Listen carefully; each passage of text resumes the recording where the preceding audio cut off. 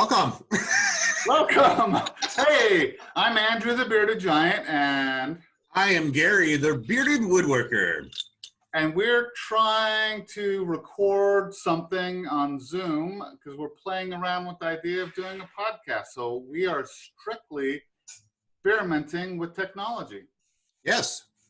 And we've been experimenting with technology for a little bit because we're both YouTube content creators. That's true. Yes. Gary has more experience. I guess he's on this side of me. He has more experience making videos than I do, but we're both YouTube creators. And a couple of weeks ago, Gary was up at my house. If you guys didn't know, Gary and I are brother-in-laws. He married my sister, and so we're family.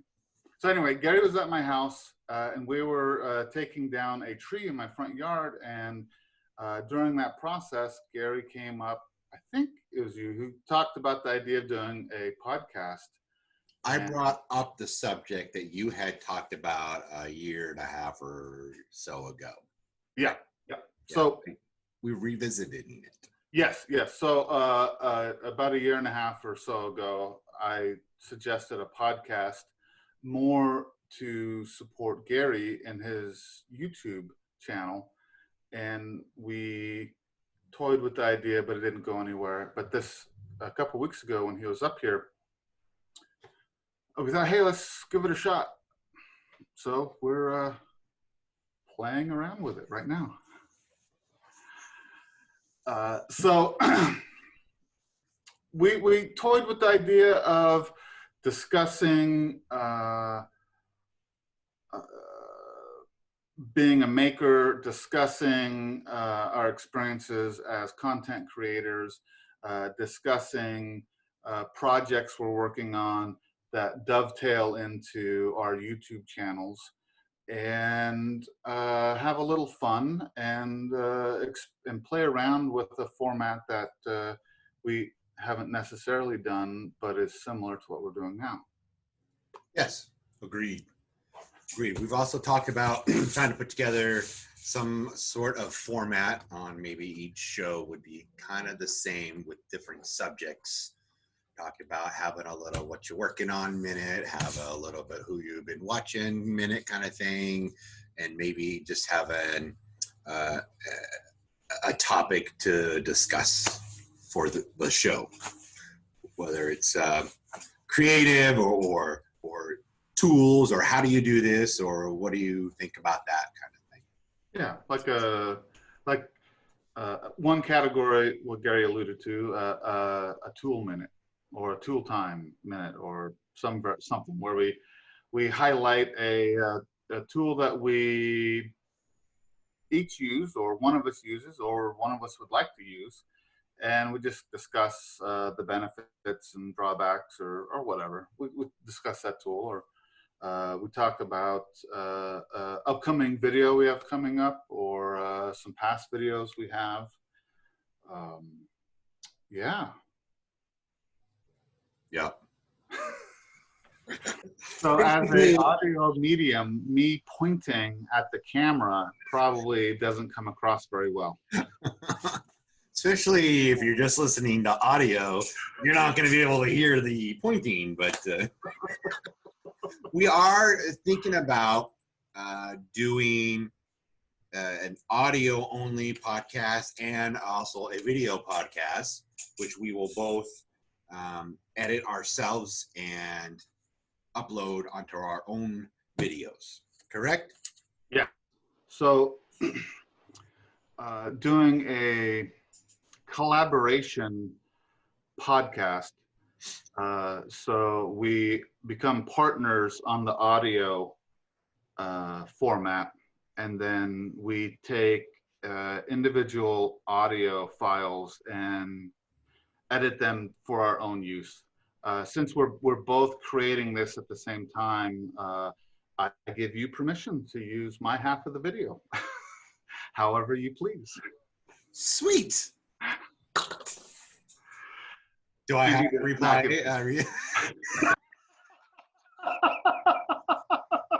All right, you can use my video almost however you please, I guess. Yeah. Oh, so speaking of that weekend, Andrew, where we took down that big old tree, the tree that was way bigger than I remember it being, how are things now? Are they still in place, or have you moved some stuff, bucked some firewood, did some? So, yeah, I have done minimal work on that. I took my truck and pushed the end of the large log that's laying down over closer to the fence so I could park my truck. Okay. Where I the saw log a picture that you sent me of the Yeah. truck, and I was trying to grasp what happened here. Yeah. Makes sense. And I've picked up some of the miscellaneous wood and moved it into a pile. And I have actually swept my driveway and where I store my firewood in preparation for splitting and cutting that wood that's down. Nice. Good. But the large log, I plan on milling with a Alaska chainsaw mill, specifically a Granberg mill, which might make a very nice tool talk when we officially do a podcast, since this is just a test run. Yes. Yes, true. And you'd use your 3-foot bar or 36-inch bar? Is that? The base of that log is wide enough that I probably would use the 60-inch bar. Oh, really? Yeah. Okay. Yeah. Again, a little bigger than I remembered. Yeah. So and it V's out, and so what I want to do is cut it so I can get the widest section of the V and make a table. And I think that has some interesting slabs. So you want to keep the crotch Yeah, in that slab? I do. Yeah. That'd be cool. Yeah. And I'd be more than happy to share a piece or two of that with you. Oh, I'll be happy to accept that sharingness of yours. I have, I took some video, and I'm going to put together a video for, of that tree coming down, which includes us erecting scaffolding that was 20 feet tall. Easy, yeah. Or more. Like we had 1 6 disc and 1 4 disc, right? We didn't do 2. Yeah, so 10 and 8. Oh, 8. Yeah. 18 feet, I think, is what we did. Plus a little bit of jack space. Yeah. We're 19-ish feet. Yeah. Yeah.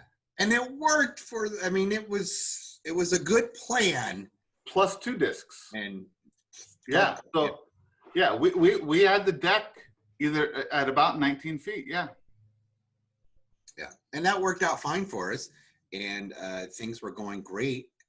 And I think I don't know if we could have done it. I mean, we might have been able to dismantle the scaffolding and erect it 2 more times, and we might have been able to get it done by the end of Sunday night or Monday. But calling in a friend of a friend, Joe, to come help out was yeah. Cool. So we got in a little bit over our heads, or we underestimated, or we overestimated our skill, or underestimated the size of the tree. I'd like to say we underestimated the size of the tree. Yeah. So I also believe we could have taken the tree down in the weekend, it being a long weekend. Yeah. But we were working up against a power line, my house, a fence, the neighbor's power line, and a public road. Yeah. Yeah, you had a power line basically that was right next to the tree. Yeah. And then your neighbor's power line was in the path of the fell if we dropped it. So that, yeah.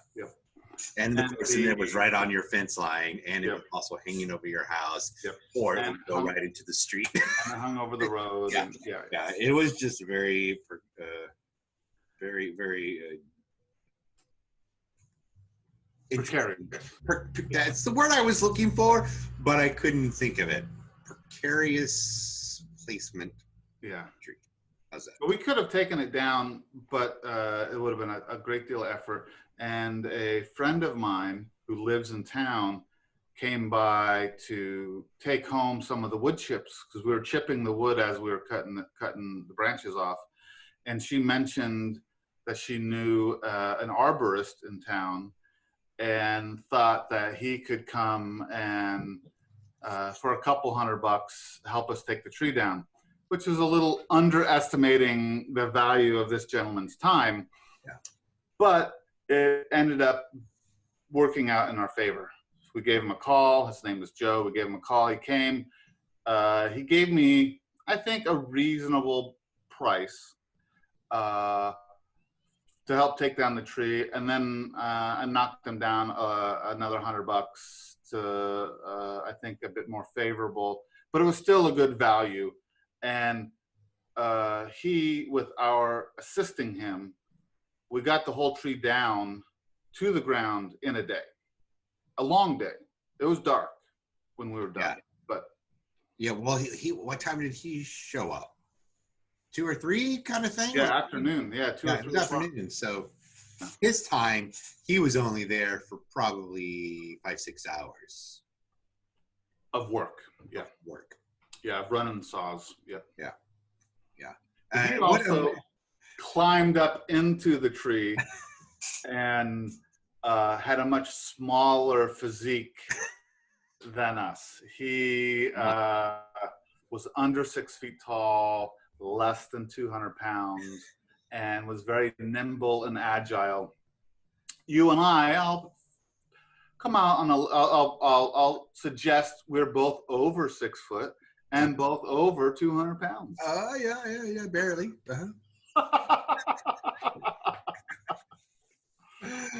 Yeah, what surprised me, Andrew, is he came over to give an estimate and we haggled on the price. And then when he agreed on the price, he started unloading this truck. Yes. Like, Yes. I thought he was going to go home first, grab his stuff, but he literally just started unloading his stuff and he was ready to go. Within minutes of us agreeing to him, he was unloading equipment and he was throwing lines up in the tree, setting rope to start climbing. Yeah. Although I think it could, he said he was going slower. I don't know, because maybe he has too inexperienced the guys on the ground, but I think we could have gone a little faster too if he had just trusted the strength of the guy behind the rope. Yes. So he did the work with the idea that we would provide some ground support, some assistance to him. But I think he underestimated or didn't understand that although we are not arborists, we are handy. Not 200 pounds. Yeah. We have physical strength. We know our way around power equipment. We both have experience around safety and working at heights. Yeah. Background in scaffolding. So anyway, he took the safer route, whereas he could have worked faster, and we could easily have kept up and gone a little quicker. Yeah. And that's fine. I mean, I started slowing down towards the end of the day. Oh, sure. Oh my God, I tell you, my feet were just sore as all hell.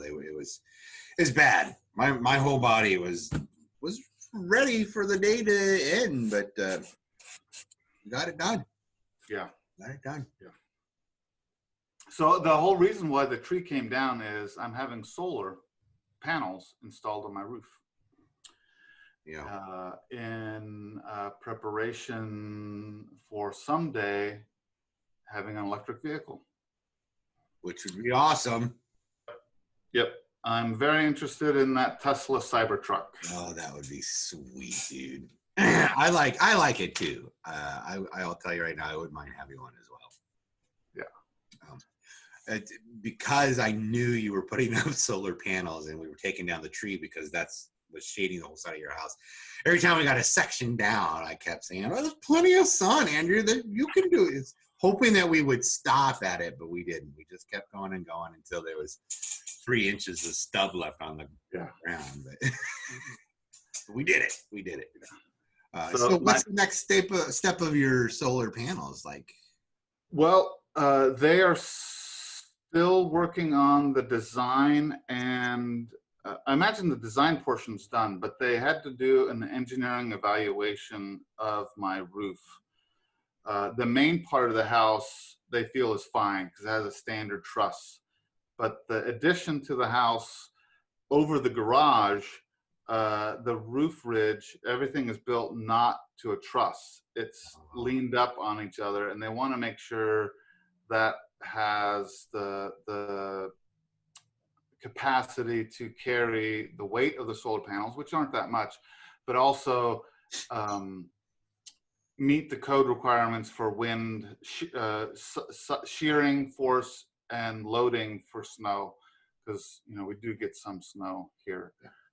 So they have to meet code requirements. So they're doing that evaluation of the garage portion of the roof, but they're also moving forward with the net metering application with our utility company up here, which is Portland General Electric. So part of my solar system will be electric meter, or a meter that will run forwards and backwards.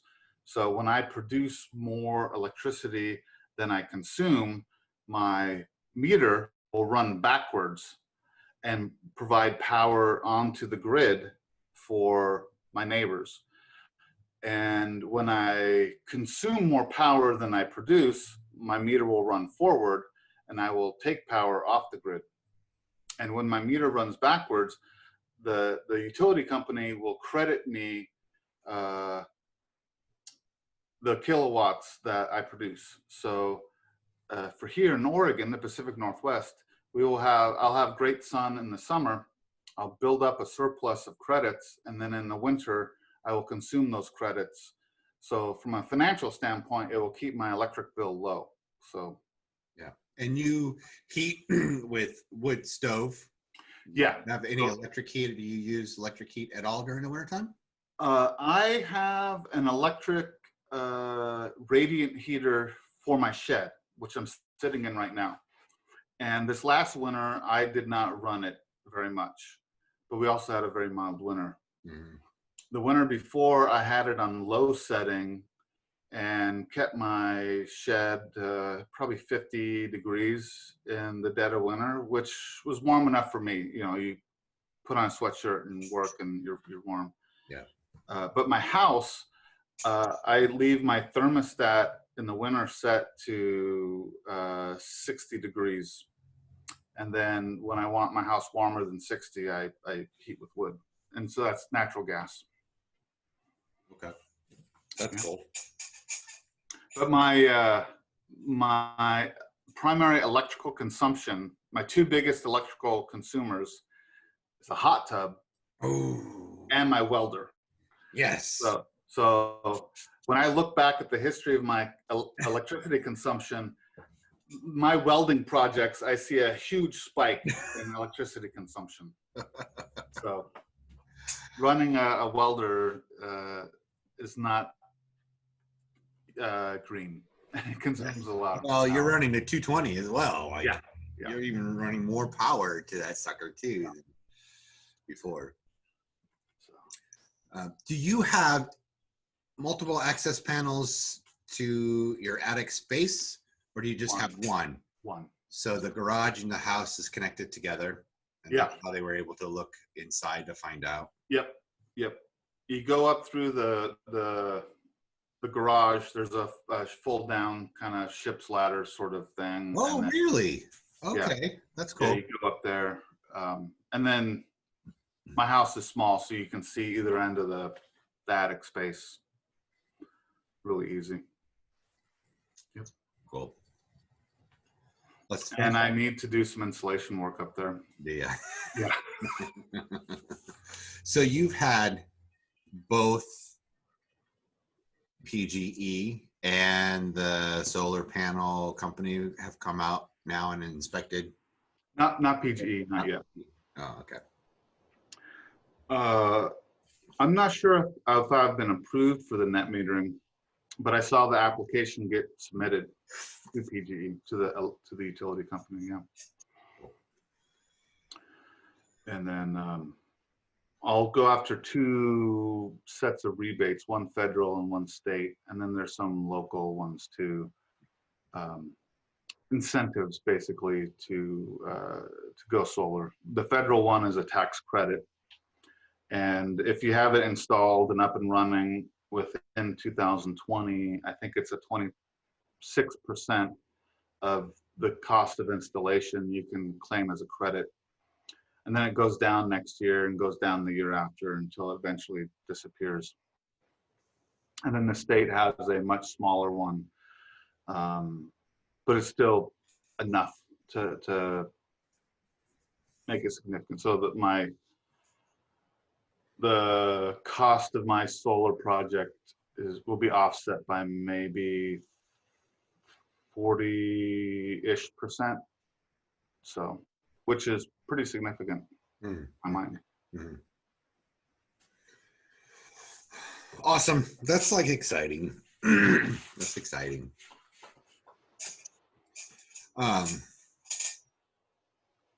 So what's in the works for you now? Are you feeling you want to get back to making some more videos now? Like, yeah, I do. I've been I've taken a break, for lack of a better term. I've taken a break from making videos. I've put a couple out, a little bit of your unboxing video, man. It was a wood chipper. Yeah. So when I bought my wood chipper to take the tree down, I thought I'll just set this on a tripod, do it live, and have an impromptu unboxing. I set my phone up in the full sun, so my phone overheated and stopped broadcasting. Oh my gosh. And then when I took the phone down, put it in the shade, I thought I was done. I just thought it would stop broadcasting. And then I realized it started broadcasting again. Yeah, which I thought was weird. And then I was playing around with it, and then I dropped my phone in the broadcast, and I'm picking it up. And so it's comedy of errors, quite possibly, one could say. Yeah. But I left it up. Yeah. People can go laugh at my. Hey man, a view's a view, right? What? A view's a view. A view's a view. Yep. But I have some tool reviews I want to do.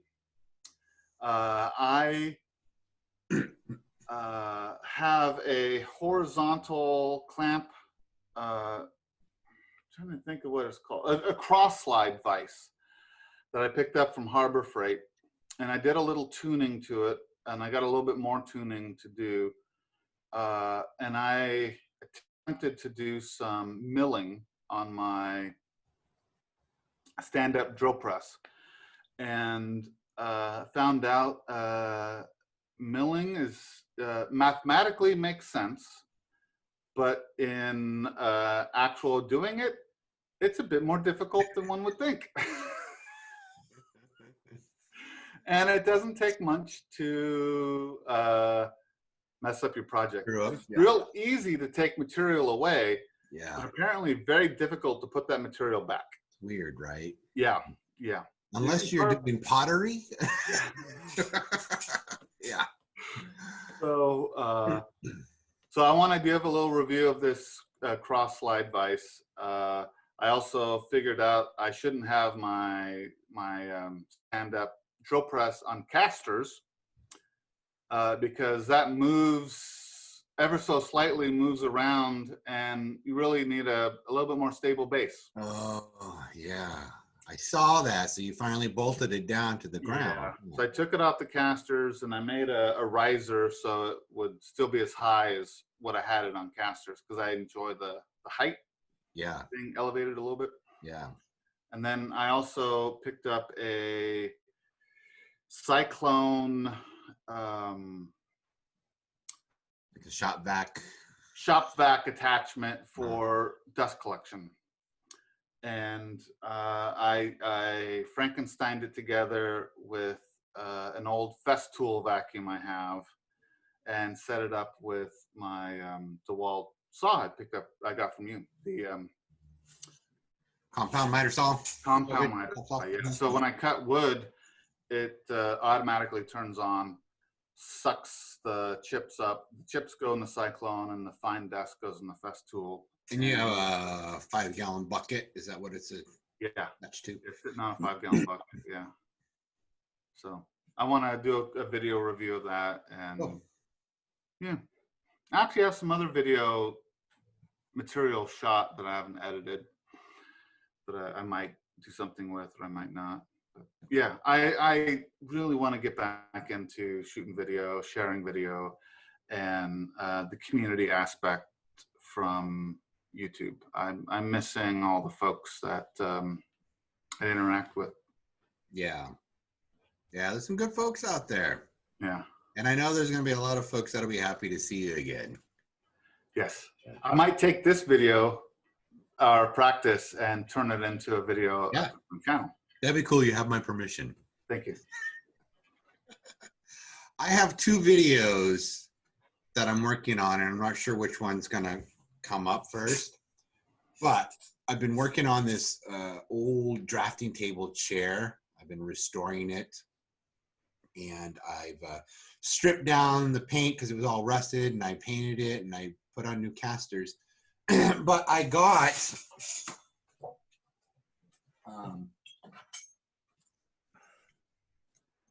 one of these. ArborTech goes on your right angle grinder. Yeah, yeah. Turns it into like a saw blade. Yeah. And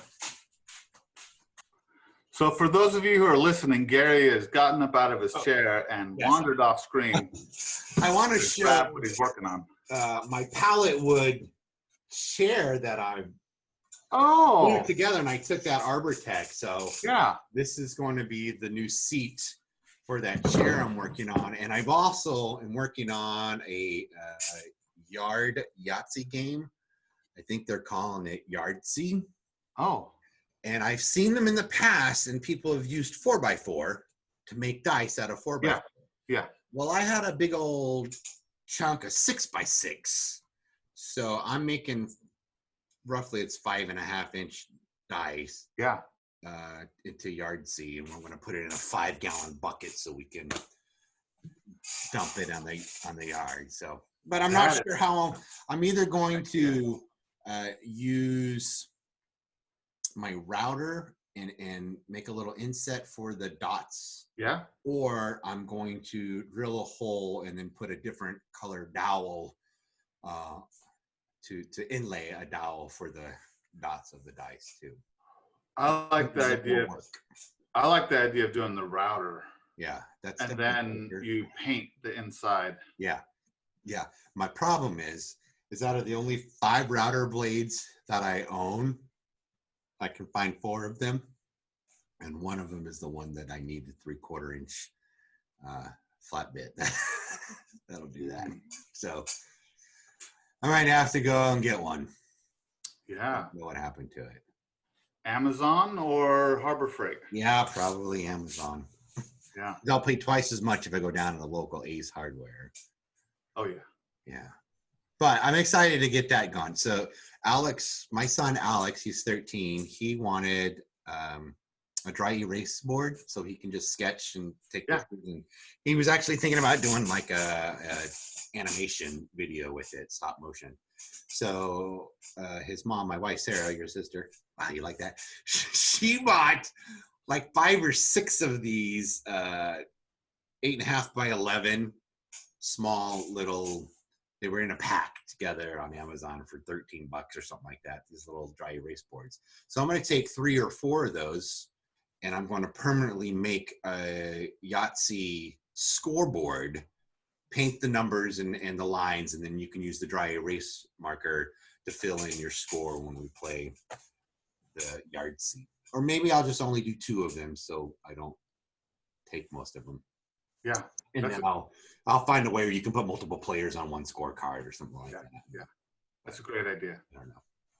That sounds awesome. Yeah. Yeah, it reminds me a little bit of a time I once played Mondo Croquet. Yes. Where they're your standard like 4-inch croquet balls and small wooden mallet. This gentleman got bowling balls, rebar wickets or rebar pieces for the hoops, and then we had sledgehammers. Oh, that sounds awesome. I really wish I was there or had played that game. It's like fun. Yeah. So yeah, that'll get us out in the yard, and it'll give us a little more physical activity to, because this still 6x6, they're heavier than a 4x4, so it's going to take a little muscle to roll all 5 dice in a 5-gallon bucket. And it makes for a very clever and fun conversation. Yes. And stories. Yeah. And since your son's a teenager, his buddies, they might think it's cool. Yeah, right? Maybe. We'll play Yahtzee on his birthday one day. Yeah. I don't know if he'll have a birthday party this year. September, right? Yep. Yeah. We actually don't even know if school is going to start in the fall or not. Yeah.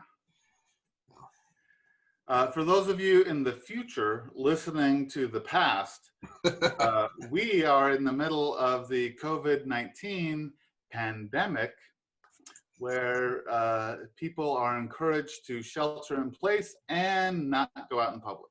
Yeah. Things like public schools were closed, gyms were closed, many things were closed, and people were discouraged from gathering.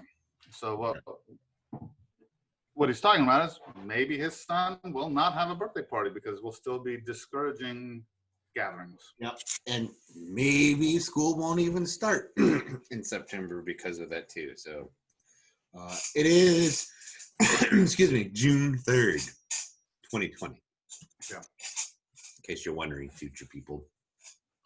I mean, I guess everyone's going to be future people when they're listening to this, right? True. Yeah, we probably should have said the date. It is June 3rd, 2020. Yeah. Hey, that could be a lesson learned from this experience. Yes. Yeah, we could do the date.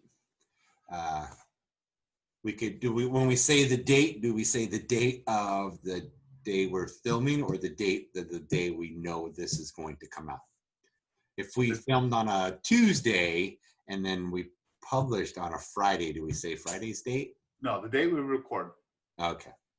Because there could be a major event happen between the date we record and the date we publish. And why the hell did that guy start talking about that? Yeah. Yeah. You know, like a volcano goes off and people are listening to our podcast and they go, that's weird. The volcano went off 2 days ago and these guys haven't mentioned it at all.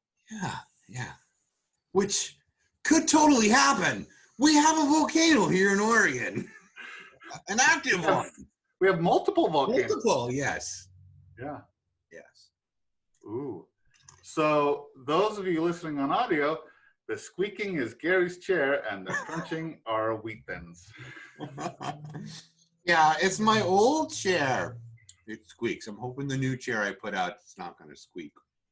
And I think I'll actually put it in my wicker chair next time. I'll sit down and lounge a little more because my butt's starting to hurt a little in this chair. Yeah, I'm sitting on an old conference room chair or something that I got from you guys when you lived in. The chrome one, the blue. Yeah. Blue fabric. Yeah, it's very uncomfortable. Yeah. Yeah, they're very uncomfortable. What I should do is disassemble the seat and put a nice cushiony seat on it. Yes. Yes, you should. You should. And that could be a video. It could. It could. Hey, so it doesn't tell us anywhere here how long we've been Zooming or recording. That's true. So another lesson, I guess, we'll have to figure out how to record the time, I guess. Yeah. Well, Whether it's looking at our watch and write it down or. yeah, note the time. So I think this was a good experiment. What do you think, Gary? Yeah. I think, I don't know what my audio sounds like, and I don't know what your audio sounds like because my speakers kind of suck right now, but I'll listen to it on my headphones, and I will look for my USB mic for the future and see what else I can do about possibly having better audio. You know what's funny? I have these headphones on, and I'm not listening to anything through the headphones. You're coming through the speaker on my laptop. Not doing. For those of you that aren't watching the video, I'm face pumping myself. Oh, well, that's so another lesson learned. So how do I sound? Do I sound louder now? Do I sound? You do sound better. You're not as muffled. I'm not